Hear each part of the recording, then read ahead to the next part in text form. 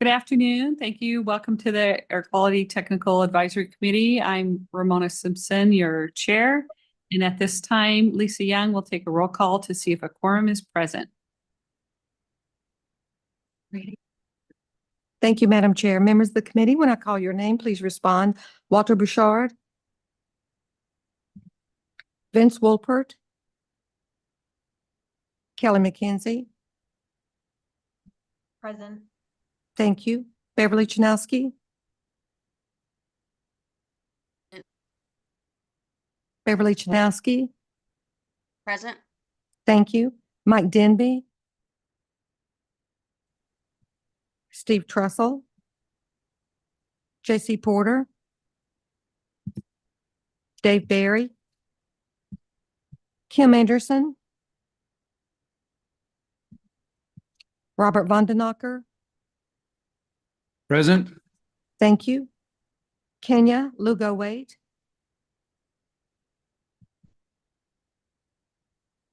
Adelia Perez. Romare Truly. Ron Gritman. Hondo Judd. Megan Sheldon. Thank you. Monica Rabb. Spencer Camps. Rick Williams. Here. Thank you. Kim Butler, I'm sorry, Joanna Cuthbert. Here. Thank you. Aaron Cooper. Ryan Cavalier. Here. Thank you. Jennifer Peterson. Present. Thank you. Matt Posler. Here. Thank you. Rupesh Patel. Present. Thank you. Ben Davis. Present. Thank you. Ryan Templeton. Present. Thank you. Tim Connor. Present. Thank you. Brody Lynn. Present. Thank you. Jonathan Fudge. Present. Thank you. John Woods. Mike Chamberlain. John Woods present. Sorry, I was having a problem with the button. Thank you, John. Mike Chamberlain. Robert Forrest. Susie Stevens. Did I miss anyone? Michael Denby from APS. Thank you, Mike. Madam Chair, we have a quorum. Thank you. A quorum is now present. Good afternoon, members of the MAG Air Quality Technical Advisory Committee. This meeting is now called to order. For those around the table, please turn on your microphone when speaking. For those participating via Zoom, please state your name when making a comment or asking a question. The MAG public comment process allows members of the public to comment on items on today's agenda or on items that fall under MAG's jurisdiction. If you would like to comment at today's meeting, please complete the request to speak form located on the meeting room counter. MAG staff can assist with any questions you may have. If you parked in the garage, parking validators are available on the meeting room counter. If you purchased a transit ticket to come to the meeting, please see staff for a ticket. Hearing assisted devices are available from MAG staff. We'll move on to item number 2, which is a call to the audience. This is an opportunity for the public to comment on items that fall under MAG's jurisdiction that are not on the agenda, informational items, or items on the agenda for discussion and not for action. 15 minutes will be provided for the call to the audience unless the chair requests an exception to this limit. I have not received any requests to speak for the call to the audience. MAG also provides the opportunity for members of the public to submit written comments via the MAG website. Any comments received 2 hours prior to the meeting have been shared with the committee members in advance of the meeting or for consideration and will be included in the formal meeting minutes. MAG staff, have we received any online written comments for the call to the audience? Madam Chair, no written comments were received. Thank you. Moved on to item number 3. Our next item is approval of the May 23rd, 2024 meeting minutes. Does any member of the committee have questions? On item 5, the ozone standard, it says for August 3rd, 2024, for the 2015 ozone standard, 70 parts per million. Is that supposed to be 0.07 parts per million? Yes. MAG staff is saying yes, and they can make note of that change. Thank you. And who was this? John Woods. Oh, thank you. Just so they know. Any other comments? Thank you. Prior to the approval of the meeting minutes, there is an opportunity for members of the public to comment. I have not received any requests for this agenda. MAG staff, have we received any online written comments for this item? Madam Chair, no written comments were received. No online written comments were received. Thank you. Is there a motion to approve agenda item number 3?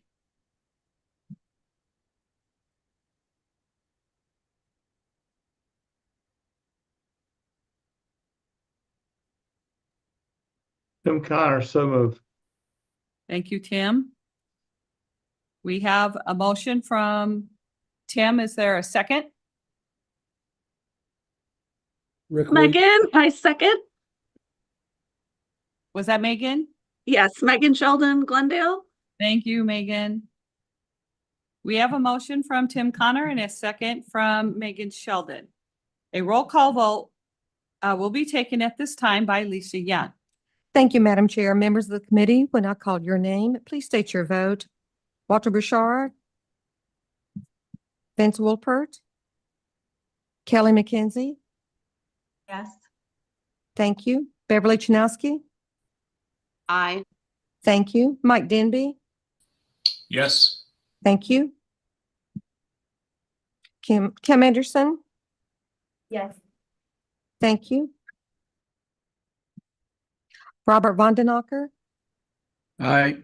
Thank you. Kenya Lugo Waite.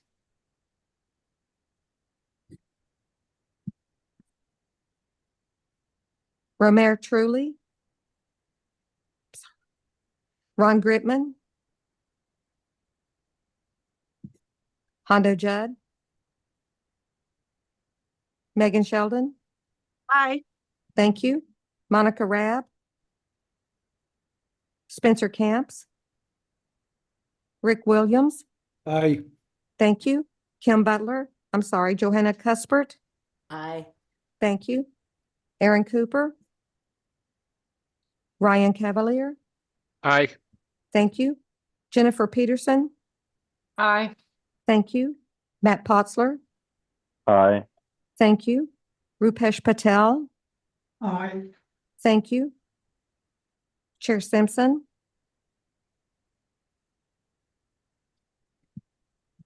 Aye. Thank you. Ben Davis. Aye. Thank you. Ryan Templeton. Aye. Thank you. Tim Connor. Aye. Thank you. Brody Lynn. Aye. Thank you. Jonathan Fudge. Aye. Thank you. John Woods. Aye. Thank you. Mike Chamberlain. Robert Forrest. Susie Stevens. Did I miss anyone? Madam Chair, we have a unanimous vote. Thank you. That motion passes. On to item number 4, which is the draft boundary recommendations for the revised National Ambient Air Quality Standards for fine particulate matter, or PM 2.5. This item is on the agenda for information and discussion and will be presented by Elias Toon and Allison Price, Air Quality Improvement Planning Section from the Arizona Department of Environmental Quality. Thank you, Madam Chair and members of the committee. We appreciate the opportunity to come here today and talk with you about the revisions to the PM 2.5 National Ambient Air Quality Standards and the state's efforts to develop boundary recommendations for those standards. Next slide, please. So to give a high-level overview of the presentation, we'll be touching on those revisions to the fine particulate matter National Ambient Air Quality Standards. We'll be talking about ADQ's designation timeline. We'll be talking about the current PM 2.5 monitoring data, boundary recommendations. We'll also be discussing the draft boundary recommendation statistics that we've generated based off of the draft boundaries. And we'll also be discussing some opportunities to utilize a GIS tool that was developed to spatially visualize some of these boundaries and different air quality data that we'll be discussing. And lastly, we'll provide our contact information for anybody who may have any questions they want to follow up with us on. Next slide, please.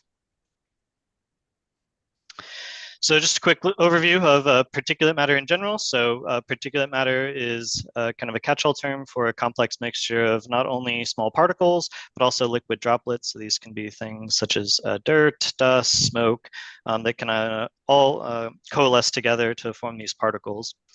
So generally, particulate matter is defined into different buckets based off of their aerodynamic diameter for air quality regulatory purposes. So currently, there are two different kind of diameters that EPA has defined as being important, and those are PM10 and PM2.5. So those are going to be, PM10 are going to be the larger coarse particles, with PM2.5 being the smaller, finer particles. And so there's a graphic here for anybody who has dealt with particulate matter in the past has likely seen this wonderful graphic from EPA. But we have some different size items here on the screen just to show the relative size of the particles we're talking about. So in the lower corner, you'll see at about 90 microns is the average size of fine beach sand. You'll also see that a long item there in the middle of the screen is the length of an average human hair, which is about 50 to 70 microns. And then in the blue is going to be a single PM10 particle. And then even more zoomed in, kind of the subset to that are those pink or red particles, which are going to be the PM2.5. So very, very small particles we're talking about here. And the size is really why they're important. And so these particles are so small is that they can bypass our body's kind of defense mechanisms and get really deep into your airways and lungs, and can even penetrate into your bloodstream. And so we'll get into kind of some of the health concerns in a couple slides here. Next slide. And so just to give some background on the particulate matter NAAQS, so Clean Air Act Section 109 directs the EPA administrator to propose and promulgate both primary and secondary air quality standards. And so primary standards are going to be those that are intended to be protective of human health, while secondary standards are meant to be protective of human welfare, which can be things like visibility, protection of historic buildings, and quite a few other catch-alls, but generally more protective of the environment. So also under that section 109, there is the requirement for EPA to review these standards on a certain cadence. And so it's every 5 years for them to review criteria to see if there's been any updates or new understandings from an epidemiological perspective on these particles or the damages that they may pose to either human health or the environment. And so prior to this most recent revision, EPA last concluded its review of the particulate matter standards on December 18th of 2020. In 2021, EPA announced that they would be taking another look at those standards. And so this kind of crosses over different federal administrations. And so EPA took another look at the particulate matter NAAQS, and in February 7th of this year, published a supplement that announced that they are revising the National Ambient Air Quality Standards for particulate matter. Next slide, please. And so getting into the health and what EPA was exactly looking at. So they were broadly looking at not only short-term or acute PM2.5 exposure, but they're also looking at the chronic or the long-term PM2.5 exposure. So through their analysis and looking at it, we can see that short-term exposure to PM2.5 can have effects such as aggravating lung disease, causing asthma, acute bronchitis, increasing your susceptibility to respiratory infections, and has even been linked to things such as heart attack and exacerbating heart disease.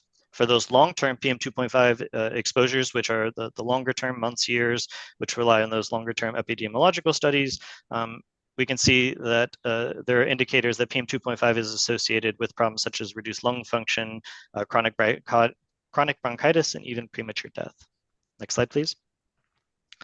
So this chart on the right here is kind of a larger overview, and this is taken from the integrated scientific assessment, which is part of the NAAQS review process. And so what you can see here are different health outcomes, the size of the particles EPA was evaluating, and we're not getting into it, but UFP stands for ultrafine particles, so that's another part that factor the EPA was looking at. But generally in this chart, if you look at the two columns on the farthest right-hand side, you'll see for the 2009 ISA, which was the last time before kind of that 2019 time this was looked at, there's been an expansion over this 10-year period of what epidemiological studies and scientists are seeing for the impact of these particles on things such as mortality, cardiovascular effects, respiratory effects, cancer, nervous system effects. There has been kind of a step up where there are greater indicators that these particles are more suggestive of having the potential to impact human health. So this is kind of the justification that EPA used when looking at these standards and their rationale for why the current standards were not protective enough in their current state. Next slide, please. So there's quite a few different forms of the particulate matter NAAQS. So there are those primary and secondary standards that we're talking about, but there are also different averaging times for those standards. And so if you look at this table, the EPA only changed one of these categories. So we're specifically talking about the primary annual standard. So looking at the concentrations averaged over an entire year. And they lowered this level from 12 micrograms per cubic meter down to a level of 9 micrograms per cubic meter. For the other standards, which were secondary annual, primary and secondary 24-hour, as well as the primary and secondary 24-hour for PM10, those were all retained at their current level, and so those won't be part of ADEQ's work to develop draft boundary recommendations. Next slide, please. And so looking at kind of the timeline for the project, as you can see in the bottom left-hand corner, February 7th, 2024 was this year when EPA revised those PM2.5 NAAQS. And so that kind of set off a one-year timeline in which the governor of Arizona is required to submit recommendations to the EPA administrator for all portions of the state. So that's kind of the overarching one-year timeline that we are currently working towards. There are also interim timelines that are established through both, primarily through state law. And so those have different requirements for ADEQ to go out to the public and hold things such as comment periods and public hearings and develop response to comments to those in order to inform the governor for the final recommendations. So based off that, and we're anticipating in the September-October timeframe is when we'll be posting our draft recommendations and having the technical support document all available for the 30-day comment period. And we anticipate being able to hold the public hearing for that at the conclusion of the 30-day comment period, so roughly in the October to November timeframe. And that will tee us up to meet that statutory requirement to have the recommendations and the response to comment documentation to the governor 1 month before the governor needs to make those recommendations. Jumping forward a little bit in time from February 7th, 2025, EPA generally has 1 year to finalize recommendations. So they will take the state's recommendations and consider if those are valid or if they need to make any changes to those.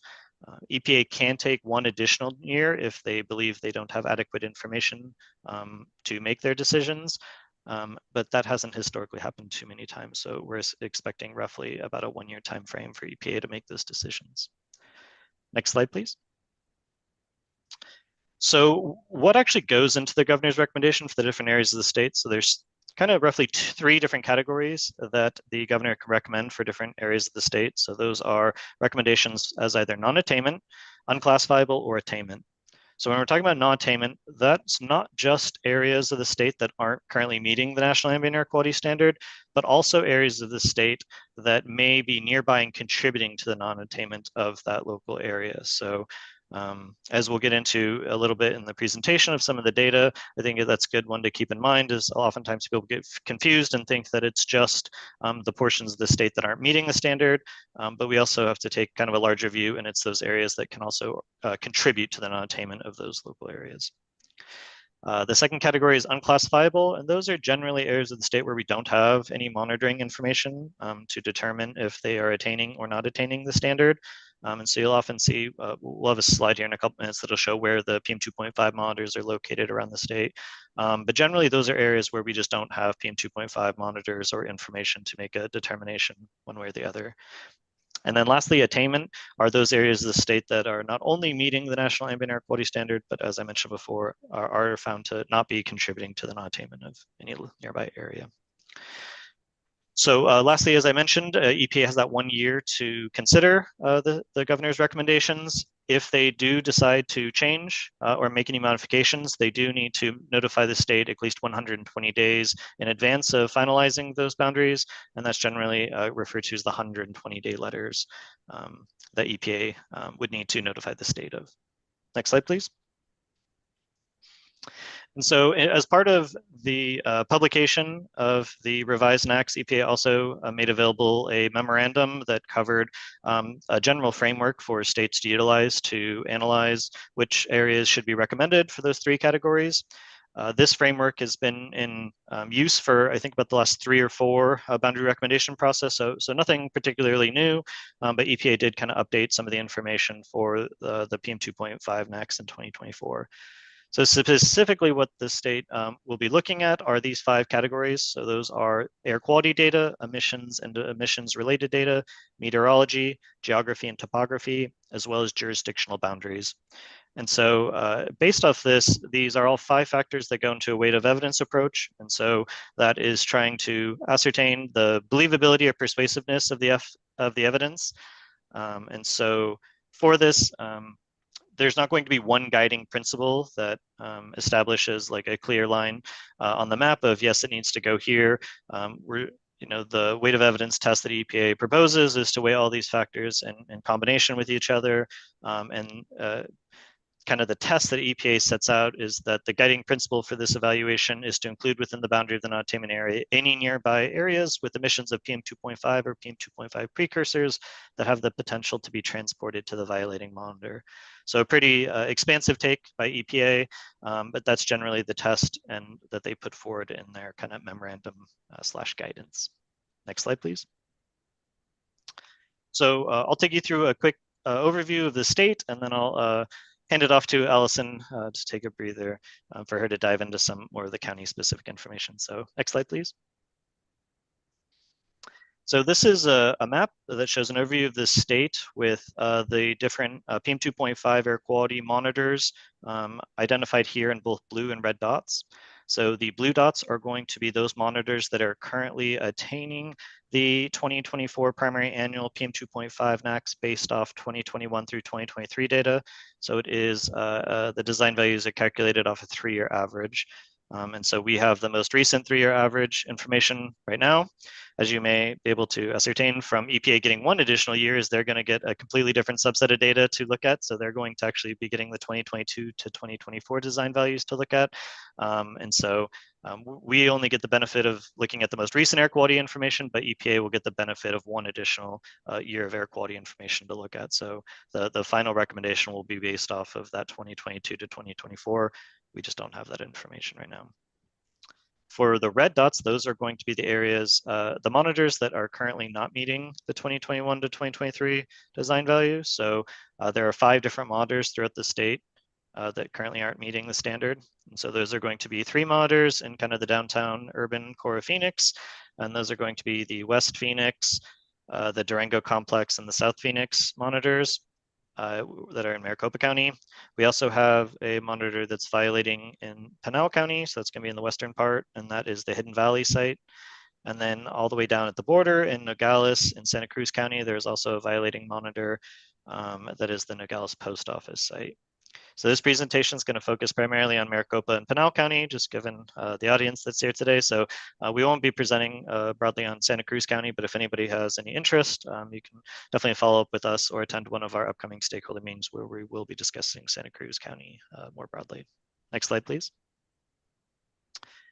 And so for those 5 violating monitors, we've plotted them here on this graph. So you can see the design values over time. And so we take most of them back to 2013 with the exception of the Hidden Valley site, which was moved. And so we don't have data all the way back to 2013. And so on this, you'll notice there's kind of an orange dashed line. And so that's going to be the old standard of 12 micrograms per cubic meter. And then there's going to be a hard red line, which is going to represent the newly revised 9 micrograms per cubic meter standard. So you can see over time, they've generally been coming down at these violating monitors, which was good starting in 2013 down to around the 2016, 2017 timeframe, where they kind of have plateaued a bit. Leading into 2020, when there's been generally for the Maricopa monitors and the Nogales, Santa Cruz County monitors, an uptick, but there has been a downtick at all the monitors from their 2022 values going into 2023. So we provided the design values over here on the right-hand side. So you'll see that most of them are quite a bit above the 9 microgram per cubic meter. And since this is a 3-year average, I don't think there's an expectation for most of these sites to attain the standard with that 1 additional year, with the exception of the Nogales post office site. So that site is potentially close enough that if there's a good year of air quality, concentrations for 2024 in combination with maybe some exceptional event demonstrations that could be submitted, that there's the possibility that Nogales, might be able to be below the standard or meeting the standard, but I don't think that's the current expectation for the other 4 monitors at this time. Next slide, please. And so generally in that initial area memo that I discussed that EPA submitted, EPA stated that when they're analyzing states' recommendations, they're going to start by looking at the combined statistical area and the core-based statistical area level for the states and where those violating monitors are located. And so to kind of align with that, just for the structure of the document, ADQ is kind of grouping its recommendations under those CSA, CBSA level headings. And so for the Phoenix, Mesa, Chandler, Arizona Metropolitan Statistical Area, so that's going to cover all of Maricopa and Pinal County. The current draft recommendation is to split that those violating monitors into 2 separate non-attainment areas. So that's going to be 1 recommendation for Maricopa County, which will be a partial area recommendation. The second is a contingency-based recommendation for Pinal County, which we'll get into that contingency when we get to the Pinal County slides, but that does have some additional strings to that recommendation. And then lastly, for Nogales, that'll also be a partial non-attainment area recommendation under the Nogales, Arizona Micropolitan Statistical Area heading. Next slide. So this is kind of an overview of the state, which has those 3 draft boundaries superimposed over them. So as you can see, there are kind of those 3 distinct areas of the state that correspond to those violating monitors. So the area in purple is the Maricopa proposal, which will encapsulate those 3 violating monitors in the downtown Phoenix area. The blue is the proposal for Pinal County that is supposed to encapsulate the area for that Hidden Valley site that is violating in western Pinal County. And then a portion that is down in Santa Cruz County that represents the violating Nogales post office monitor. I will note that the Pinal proposal and the Santa Cruz County proposal are identical to the existing boundaries that are in that area. So there's a current PM 2.5 non-attainment area, the West Central Pinal PM 2.5 non-attainment area in Pinal County, and so that was for the 2006 NACs. And there's also a PM 2.5 maintenance area down in Nogales that is currently in that area. So those 2 boundaries are not new boundaries. They reflect just reutilizing the existing boundaries that exist in those areas. Next slide, please. And at this point, I'll toss it over to Allison Price, who will cover a little bit more detail on the technical information for Maricopa County. Awesome. Allison. Thank you, Elias. All right, well, we will jump into Maricopa County's non-attainment area analysis using that 5-factor analysis that Elias described earlier. Next slide, please. So this map showing you a zoomed in version of that non-attainment draft boundary that we are recommending currently. Those red dots are going to represent those violating monitors, and then the blue dots are going to represent the attaining monitors. And what's important to point out here is that 5-factor analysis does force us to look at areas that are contributing to non-attainment as well, which is why this boundary is going to encapsulate a little bit more than maybe just those 3 dots alone. Next slide, please. And here we see the trends of those design values at each of the monitoring sites from the past 10 years. We can see those 3 violating monitors that we're predominantly looking at do have a historic trend of just above that 9 micrograms per cubic meter. And then the other monitors do have a trend of attainment. And next slide, please. So this map, we wanted to give you guys a visual representation of what those monitors represent. So those are set at the neighborhood scale, which should be about 4-kilometer buffers of the area nearby and what they are representative of. So we wanted to draw a map here so you can see exactly what area we are representing. And next slide. We also took a look at temporal trends. So we wanted to see the seasonal trends of those non-attaining monitors, and we wanted to look at the hourly trends. So the graph here you see on the left is looking at those seasonal trends, as I mentioned. And what we see here is that we do see a spike during the winter months of December, January, and February. And then fall is a little bit higher, and it looks like spring and summer are where we see the lower concentrations forming. And then if we're looking at the hourly trends on the right here, we see that we do see a spike in those commuting hours at the Durango Complex monitor, right in that 6 a.m. to 8 a.m. zone. We see a higher spike, and then it drops back down into below the 9 micrograms per cubic meter kind of concentration area, and then it comes back up. And what that seems to correlate to, from our understanding, is drainage in that valley and the inversion layer that we're seeing. So as temperatures heat up, we see that those pollutants are able to escape a little bit more. And then as it gets colder, they are trapped within, and we see those concentrations go up a little bit. Next slide, please. Okay, and then this is the urban increment. We did this analysis. The graph on the left is going to show you the urban concentration at the JLG super site, which is closest to that West Phoenix monitor, and then the graph on the right is going to be the urban increment. So the urban increment removes the background concentrations. We took an average of the background concentrations from 4 different rural monitors, and it allows us to take a better look at kind of what speciations we're seeing at that JLG super site and what's contributing the most. So the first thing I want to point out with that urban increment graphic is that we see some trends that align with our seasonal patterns as well. So that first quarter and the fourth quarter of the year are when those spikes are the highest in terms of speciation concentration. And then the second quarter and the third quarter do have a much lower concentration. Another thing I want to point out is that in first quarter and in the fourth quarter, we see higher concentrations of organic carbon. And organic carbon can be an indication or signature of mobile sources, wood or biomass burning, and also localized combustion sources. And then based off EPA's guidance, we also know that a high organic carbon to elemental carbon ratio, so elemental carbon is represented in that orange portion of the bar, demonstrates a presence of residential wood combustion or biomass burning. So we do align to some of the analysis that we are doing there to see that we do see increased emissions from those source sectors. And let's see. We also see in that yellow portion, the nitrates, a slight increase in that first quarter and in the fourth quarter. And those can be representative of localized mobile sources or local or regional fuel combustion sources, or a combination of these things.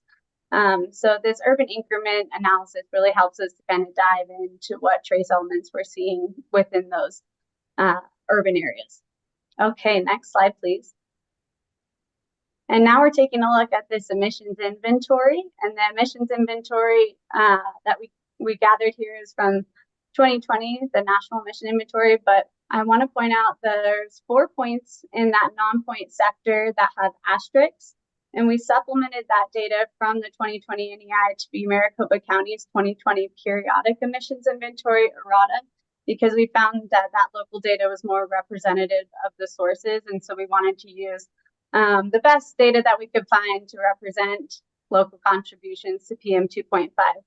So that column on the left-hand side, you will see kind of an overall sum of what that portion is contributing. So that non-point sector does show about 85.6% is made up of these non-point sources. And 33% of that is coming from wildfires. But we also see that residential wood burning makes up about 10%, which we can trace back to that urban increment analysis and looking at those wood burning combustion sources as being a part of that speciation we see at the monitor. And then also commercial cooking and construction dust, and then crops and livestock dust are a larger percentage of that fraction for the non-point sources as well.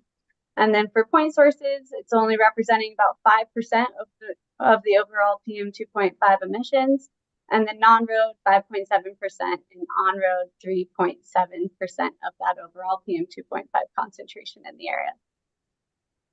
Okay, next slide, please.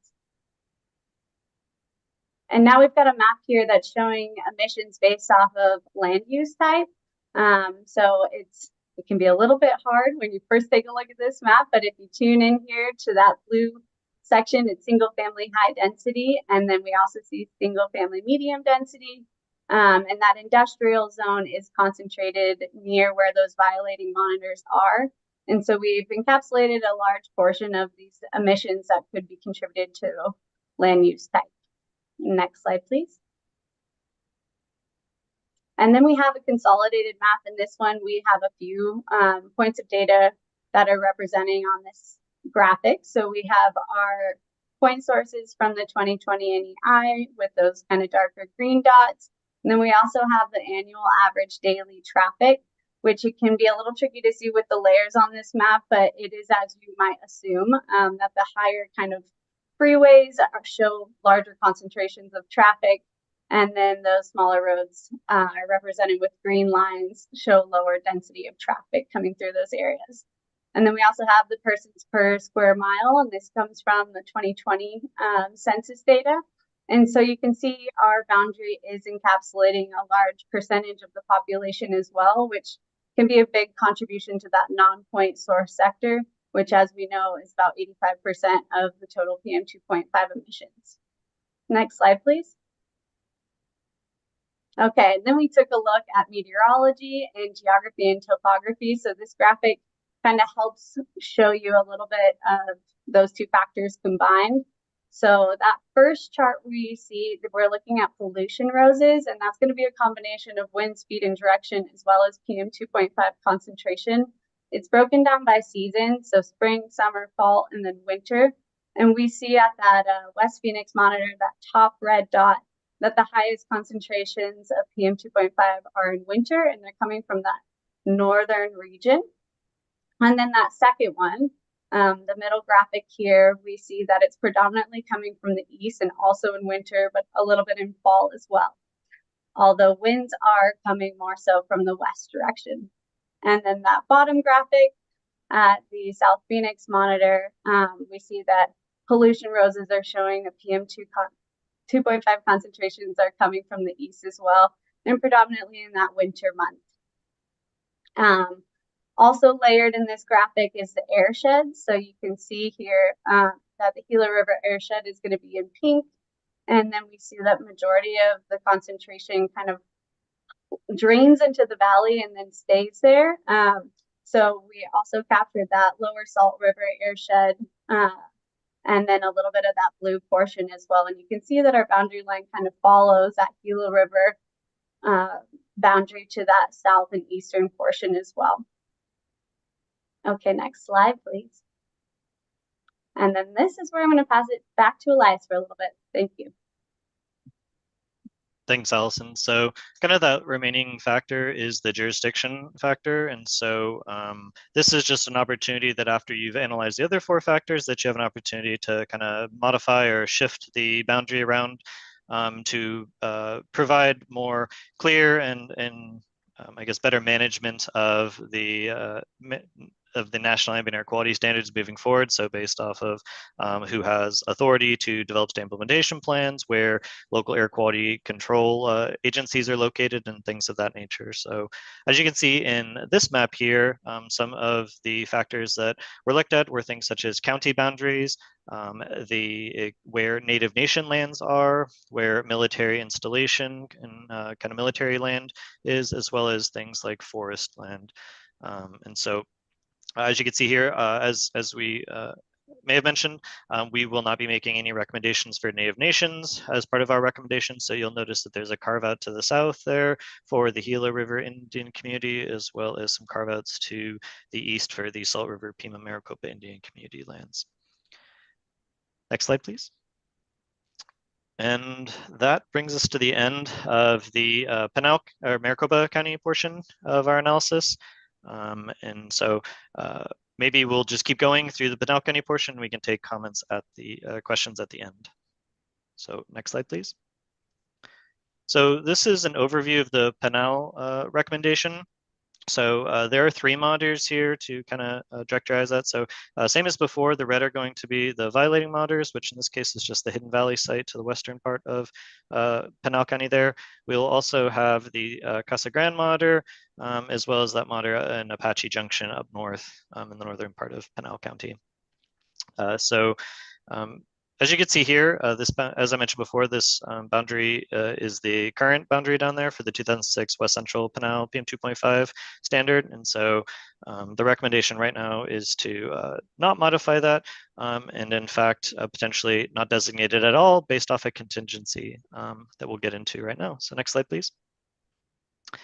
And so under the CFR, there's a provision that if a monitor is of a certain spatial scale, so if you remember back to Maricopa County when we were looking at those 4-kilometer buffers, that represented kind of a neighborhood scale, but there are multiple different scales that monitors can represent. And so EPA has indicated that if a monitor is of a relatively unique microscale localized hotspot or a unique middle scale impact site, that it is not eligible for comparison to the annual PM2.5 max.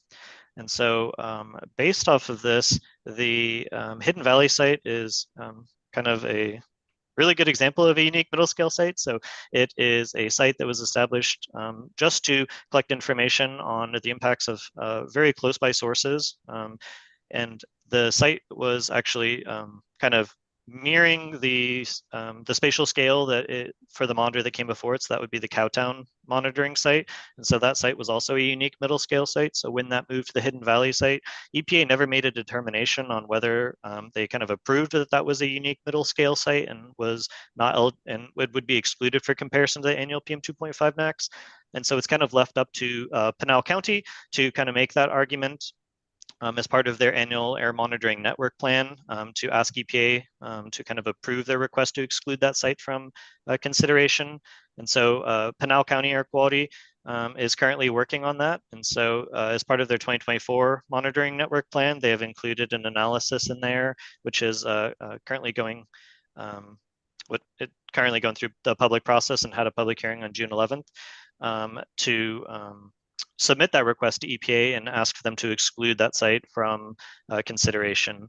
And so as part of ADEQ's recommendation, our recommendation will be that if EPA approves that 5830 request, that all of Pinal County would be recommended for attainment. But if EPA does not accept Pinal County's request to exclude it, then the recommendation would be to retain the existing 2006 West Central Pinal PM2.5 non-attainment area boundary. So that contingency will be included in the recommendation as it's currently outlined. Next slide, please. And this is where I'll pass it back over to Allison. Thank you, Elias. So we are looking at those design value trends again in the Pinal County area. We see that Hidden Valley trend, again, does not date all the way back to 2013. Instead, it starts right around the 2016 mark. And we do see it quite a bit above what the other 2 monitors are showing, and the other 2 monitors being in attainment. We have the one that's in downtown Casa Grande and then Apache Junction as well. And that one's in really good standing. And next slide, please. And this is a really good graphic that goes along with what Elias was talking about with that middle scale buffer. So we had to shrink that red dot of the violating monitor so that everybody could see and really visualize how big of a spatial scale that monitor is supposed to represent. So what that buffer is that 0.5 kilometers in kind of a unique or a hotspot area. So it was quite a bit bigger than our normal dots. So we had to shrink it down so everybody could see the scale of the area that's supposed to be representative. Next slide, please. We also looked at temporal trends at the Hidden Valley site. You can see on the left-hand side, we took a look at seasonal patterns, and we didn't see quite as strong of a correlation as we did in Maricopa County with certain spikes happening in certain seasons.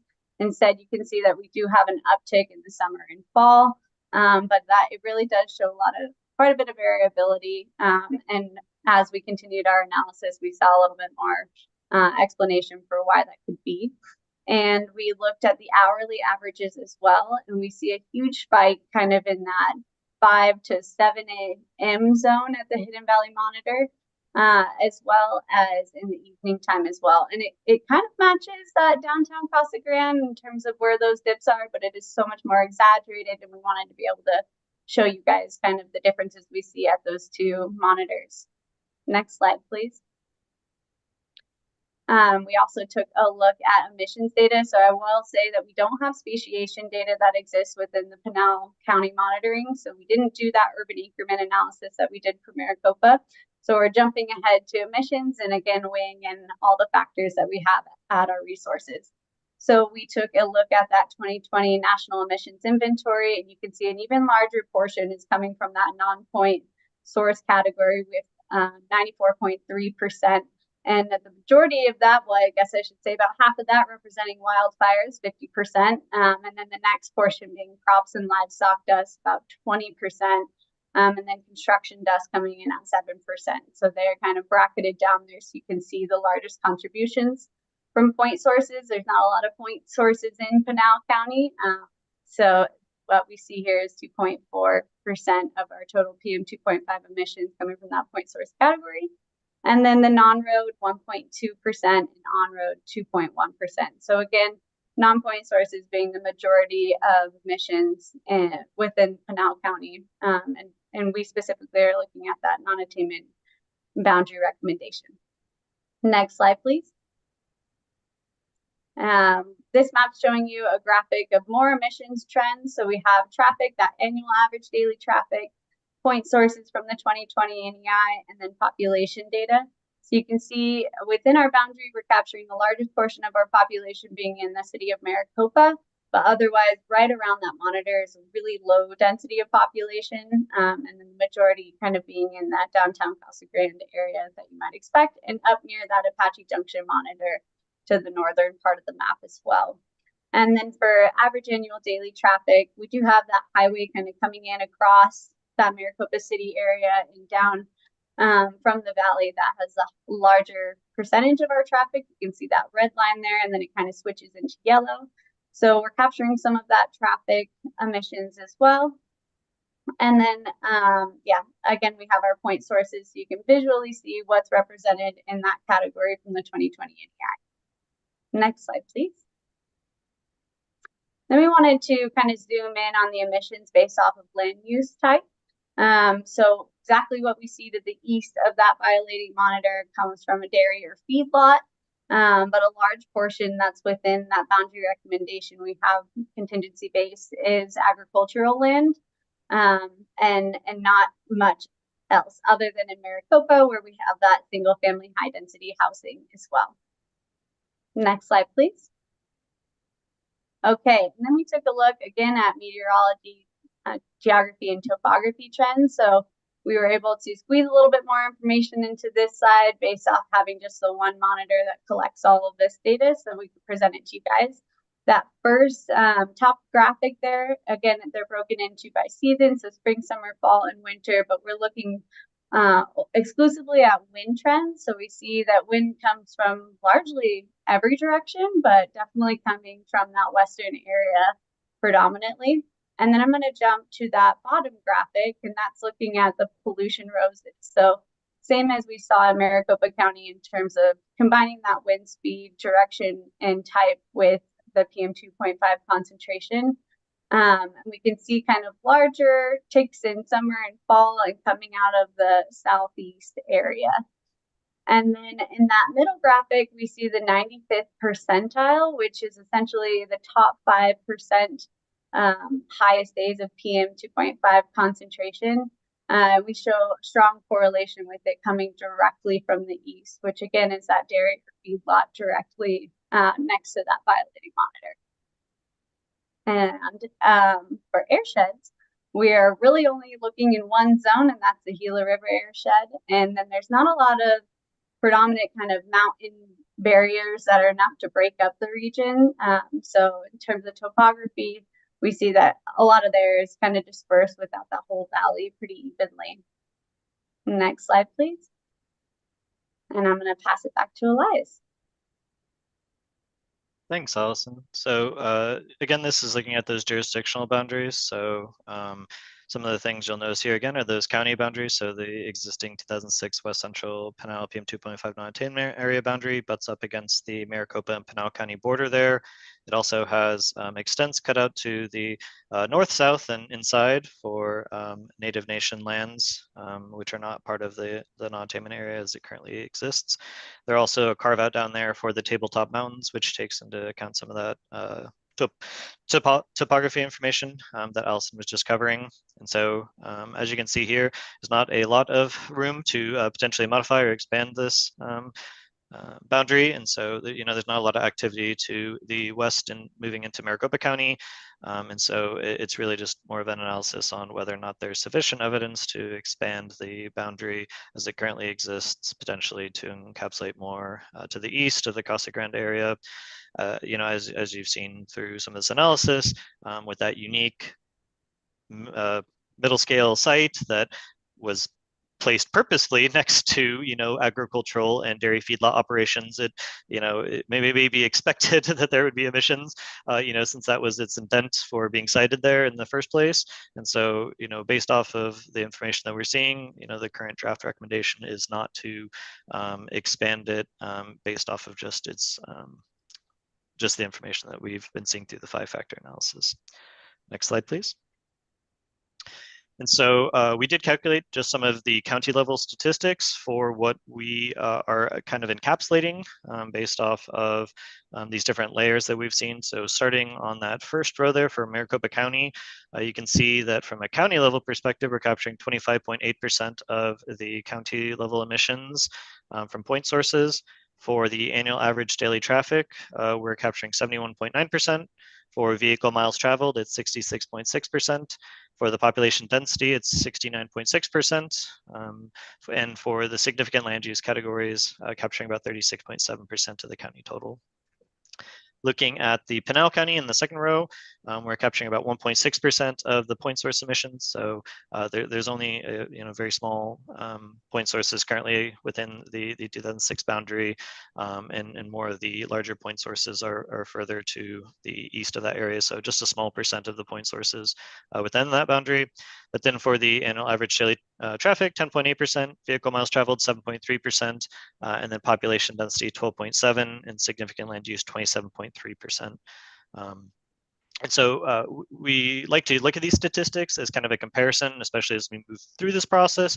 If there are any recommendations to expand the boundary, or to or to make the boundary smaller, or to move a line, we have the ability to kind of recalculate these statistics and see what we're actually gaining or losing by moving that boundary. So by itself, just looking at the county level perspective, it may not be super useful, but it does give us a data point of if we are to modify the boundary at all, what do we gain or lose throughout that process, and so people can kind of just have something to look at in terms of these different categories we've looked at.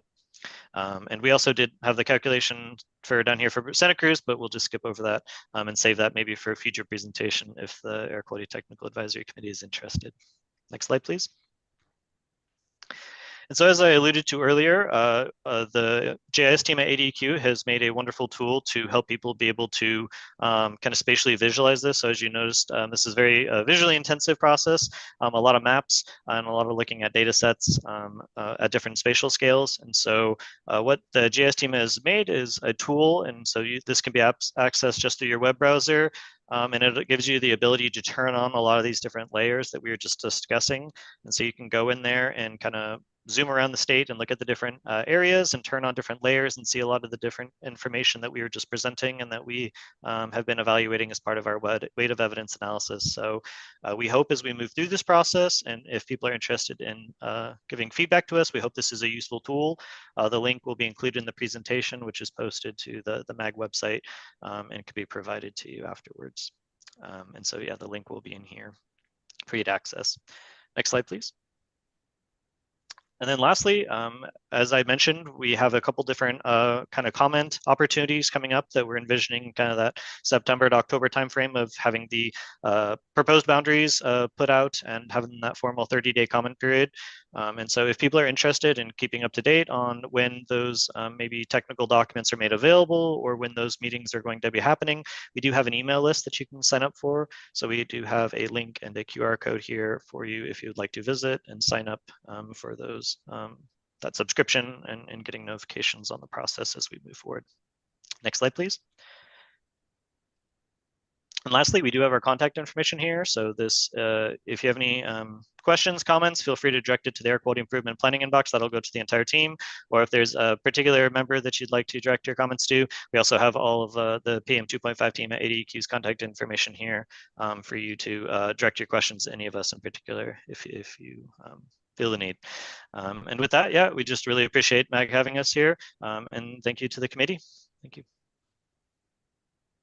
Thank you, Elias and Allison. That was a lot and very informative, and I'm glad that we have the slides available that we can go back and refer to, since I was making notes, but it's a lot. So thank you very much. And do any members have any questions or comments?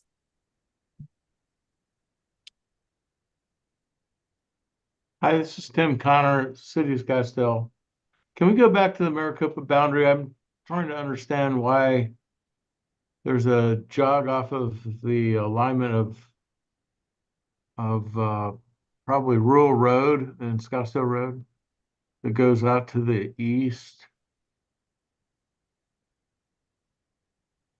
Okay, they're working on finding that page, just a second. Yeah, okay, no problem.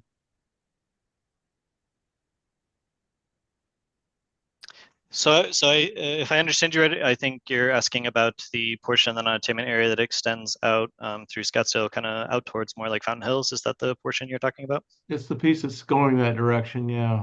Yeah.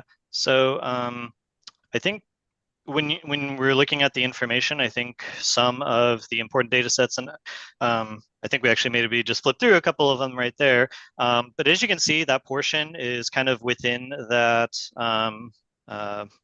Lower Salt River airshed.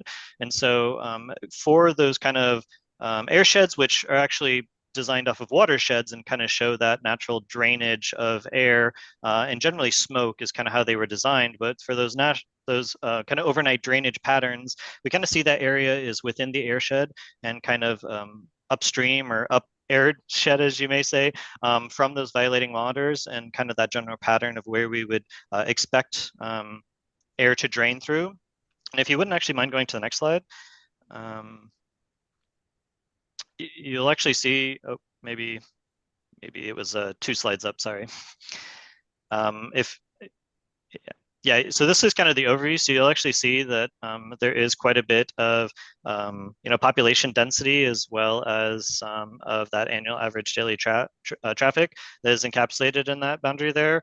And so the rationale for that hard stop is looking at not only those jurisdictional boundaries, so that's going to, that kind of square there is going to be representative of a township and range, which is what we use to kind of delineate in words where the boundary exists, but it also makes that kind of hard cutoff before Fountain Hills, because Fountain Hills is, in that kind of different airshed, a little bit further away from those violating monitors. So But as I mentioned before, we definitely are soliciting feedback on these. So if there's anything that you'd like to, a particular line or particular cutout that you have any questions on and would like to either provide us with any additional data or would like to receive more information on a particular, line or area that's encapsulated in the boundary, we would be more than happy to talk with you one-on-one, and please reach out and we'd love to talk. No, it's okay. I think it's just a little generalized because I understand the shade corridor. That makes sense. Thank you. Thank you. Do any other members have any questions or comments?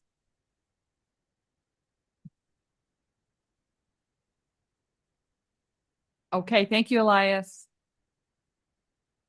All right, we're on to item number 5, the 2015 Ozone Standards Sirius Area Clean Air Act requirements in the Maricopa region.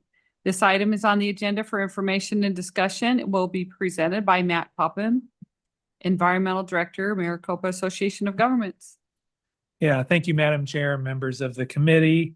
This is going to be just a high-level look at the Sirius area requirements. So don't worry, you're not going to sit for another hour through another presentation. You can hang in there. I think we'll get through this one pretty quick.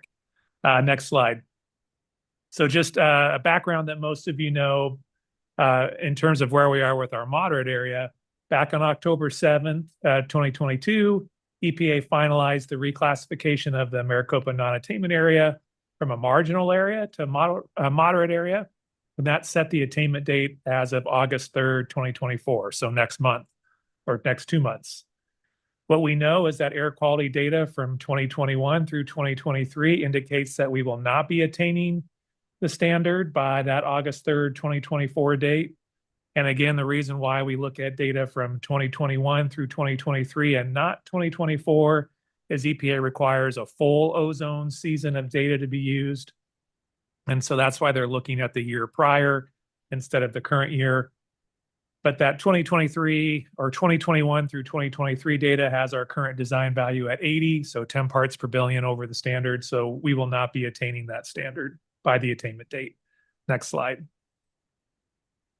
So because of that, the Clean Air Act requires EPA to determine whether we attained within 6 months of that attainment date. So EPA has to make a decision formally whether or not we attain the standard by August 3rd, 2024 within 6 months. So 6 months out is February 3rd, 2025. We don't have a good idea of how long EPA will take to do that. They usually take the full 6 months, and then sometimes they can go past that 6-month period. So we would expect, though, that likely late fall, early winter of 2025, EPA will officially reclassify us to Sirius or make a finding that we failed to attain. And when they do make that finding that we failed to attain, the area is reclassified to Sirius by operation of law. There's no arguing it. It just happens automatically. Next slide. So upon reclassification, there will be a new attainment date, which will be August 3rd, 2027. And so monitoring data from 2024 through 2026 will be used to determine whether attainment with the August 3rd, 2027 date is possible. So data from this ozone season already will be involved in whether or not we make that August 3rd, 2027 date. EPA has a discretion to set when the Sirius area plan is due, and they'll do that in their finding of failure to attain notice. But there's been some other recent action, particularly in Texas, that indicates that the plan due date will likely be January 1st, 2026. We know it will be no later than that as well, because this allows controls to be in place for one full ozone season ahead of the attainment date. So we are anticipating that EPA will give us that January 1st, 2026 due date for a Sirius area plan. Next slide. Here's a table that kind of goes over the Clean Air Act requirements for the various non-attainment areas, the classifications, and these are additive, right? So the Sirius area has to do everything that's in that Sirius area column, plus meet the marginal and the moderate area requirements as well. So a marginal area is really focused on establishing the baseline inventory for the year, making sure you have a permitting program in place, at making sure you have a program to collect emissions data from major sources. And of course, transportation conformity is triggered. So all that was pretty much in place already when we were designated marginal, so there wasn't much we had to do for marginal. For moderate, you start getting into control requirements for the area. And also you start getting increased requirements on major sources. But one of the things you have to demonstrate is reasonably available control technology on those major sources, and that's something the counties are doing, particularly Maricopa County, Pinal County, and then the state has to do that for the small portion of the non-attainment area that's in Gila County. Those demonstrations are largely complete, and we largely have RACT in place. We just have to make that demonstration to EPA. When you go to demonstrate that theoretically you can attain the standard, you also have a demonstration of the control measures that will allow you to do that. In this case, we know we can't attain the moderate area attainment date, so there isn't a RACM demonstration required for that attainment date. That'll be moved over to the serious area attainment date. You are required to make 15% reasonable further progress reduction in emissions.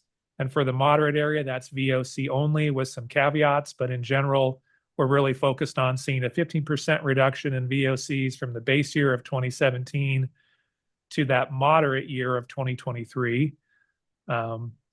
You also have to have an emissions and inspection program in place, a basic one that's in place already in our area. And then there you have to include contingency measures for failure to either attain or meet those reasonable further progress demonstrations. Now with the serious area requirements, we have some additional requirements in addition to all of that. Any new permitted major source facility will have to offset their emissions by a ratio of 1.2 to 1. So if they are emitting 100 tons, they would have to come up with 120 tons of emission offsets in order to be permitted. The major source threshold, which determines what sources are considered a major source, dropped from 100 tons to 50 tons of either VOC or NOx. And there's also some special modification rules. So modifications that occur at those major sources and even at some minor sources, there's some special Clean Air Act rules that apply to those facilities. In certain cases, there's a requirement for a clean fuels program. We already have that in place. Our CARB Phase 2 and our reformulated gasoline program, clean burning gasoline program already meets the clean fuels program. So that's already in place. You have to demonstrate a 3% reduction in emissions until attainment, and that can be either with VOC or NOx. You have to have an enhanced vehicle inspections and maintenance program. The program that's in place currently in our state does meet that requirement. We just have to do a demonstration to show that we do meet that. Contingency measures for the RFP milestone years, which are 2026 in this case.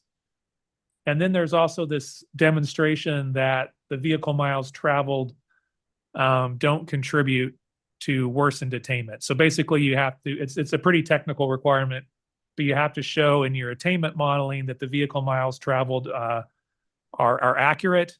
If they aren't accurate, you would have to apply some additional transportation control measures. So this is going to be what we'll be working on as we move forward with the serious area plan. Next slide. So what's coming ahead? So we've anticipated this reclassification. So MAG has been working throughout this year with ADEQ, Maricopa County, and Pinal County to prepare the information necessary to complete a serious area plan. And really what that has involved is a revision and completion of the base year and attainment year emission inventories. EPA has come out with some new models, and so we have to revise our base year emissions inventory to match EPA's new models for cars and non-road equipment. And we're also getting new emissions, new projected emissions from the county and the state for 2026 for point and area sources. In addition to that, we'll be doing a photochemical modeling of the attainment year emissions. What that will tell us is how sensitive our area is to reductions in NOx and or VOC. That will help us estimate the emission reductions needed for attainment in 2026. That will help us estimate the source contributions from local sources, interstate sources, and international sources. And that will help us evaluate whether we need to do a 179B international emissions demonstration, which would be a demonstration that we can't attain except for exclusion of international emission sources. Next slide. So what we're continuing to, in addition to that, the state and the county are continuing to evaluate the reasonableness and feasibility of adopting new local control measures. And there are some new local control measures already going through the Board of Supervisors at the county level, including new regulations on composting, architectural coatings. So there are some new measures that we'll be able to take credit for in the plan that can help demonstrate attainment. Also, kind of in parallel to the planning work, there are several efforts underway to understand the ozone science in the MAG region. As we have presented before, we want to make sure that any action taken are policy relevant and will really make an actual impact on reducing ozone. And because of that, we have to understand the science better to know that the actions taken will help reduce ozone in our area. And then we continue to press EPA to investigate these ozone challenges, not only in our region, but across the Intermountain West. Our area is very similar to Las Vegas and Salt Lake and Denver. And so we really need EPA to continue to investigate these ozone challenges in science as we do it here locally. And then we also continue to press EPA for relief and flexibility on how to deal with wildfires and international emissions. Next slide. So our next steps, we're going to finalize those 2017, 2023, and 2026 ozone season emission inventories by this summer, hopefully even as early as July, but maybe into August as well. And then we're going to have preliminary photochemical modeling results, hopefully by late summer, early fall. And again, once we have those preliminary results, we'll be able to present the emission reductions needed for attainment, local sensitivity to NOx and VOC, and the source contributions from local, interstate, and international ozones. And again, we're continuing to discuss the work on ozone science and what we can do to study the problem, different ways to analyze the data, different ways, maybe some new measurements that can help give us some insight. Next slide. So that's the overview of it. I'm happy to entertain any questions that the committee might have. Thank you, Matt. Again, that was a little more condensed, but still a lot of information, and these presentations are available on the MAG website under our committee. So if you have more, want to reference those. And do we have any questions from the members or comments? This is Mike Denby from APS. Matt, great presentation. Thank you. Question about, you said the design value is currently at 80 ppb. Any insight on exceptional events and whether that's playing any role? Do we get any feedback on that before August 3, or is that for a later time? Yeah, so we meet pretty regularly with ADEQ and Maricopa County and Pinal County to try and determine what exceedance days have been impacted by wildfires. And so to the best of our knowledge, when we exclude those days in 2021 through 2023, we would be sitting at approximately 75 or 76 parts per billion. So we would still be 5 or 6 parts per billion over the standard. Because of that, EPA would take no action on any exceptional event demonstrations that were submitted. EPA is only going to take action on demonstrations that they determine to be regulatorily significant.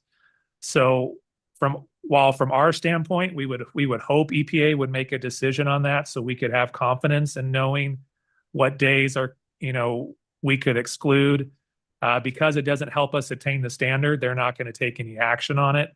And so we continue to work with them on the modeling side so that as we do the modeling, we can exclude them. But in terms of the days that make up that design value, it would get us probably to 75 or 76, but it wouldn't get us enough to demonstrate that we attained by the attainment date. That's really helpful. Thank you. And Maricopa County usually has their meeting once a month or so to talk about where we stand with current ozone Do you have any insight on that? The ADQ web tracker has been down for over a year, so I can't see on a day-to-day basis how many non-attainment days we've had and what's going on. But we'd love any sort of quick insight you have there. Right. It's been sort of an unusual season. We've had a lot of exceedance days, although they haven't been as high in terms of concentration. I think it's close to 20 now, maybe a little bit more than 20. And so in terms of the number of days, there's been quite a few.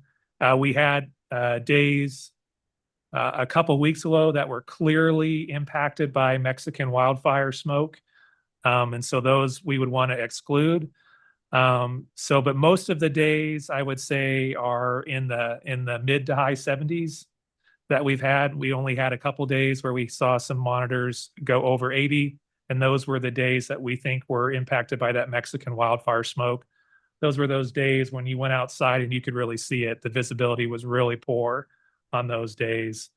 And it was pretty clear that Mexican wildfire smoke impacted those days. So, but we have several monitors where the fourth high is still over that 70 parts per billion now, mainly in the range of, 72 to 77, somewhere in there is where their fourth high is sitting. So a little better on the concentration number, but still over and above the standard. And we'll try and provide some updated data in August, so you can see where we are in particular. Excellent. Thank you very much, Matt. Thank you. Are there any other questions or comments from members?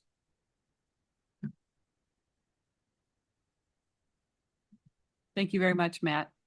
Know that Meg's working hard. So is ADQ, everybody working real hard. On to item number 6, requests for future agenda items. Are there any requests from the membership for an item on a future agenda?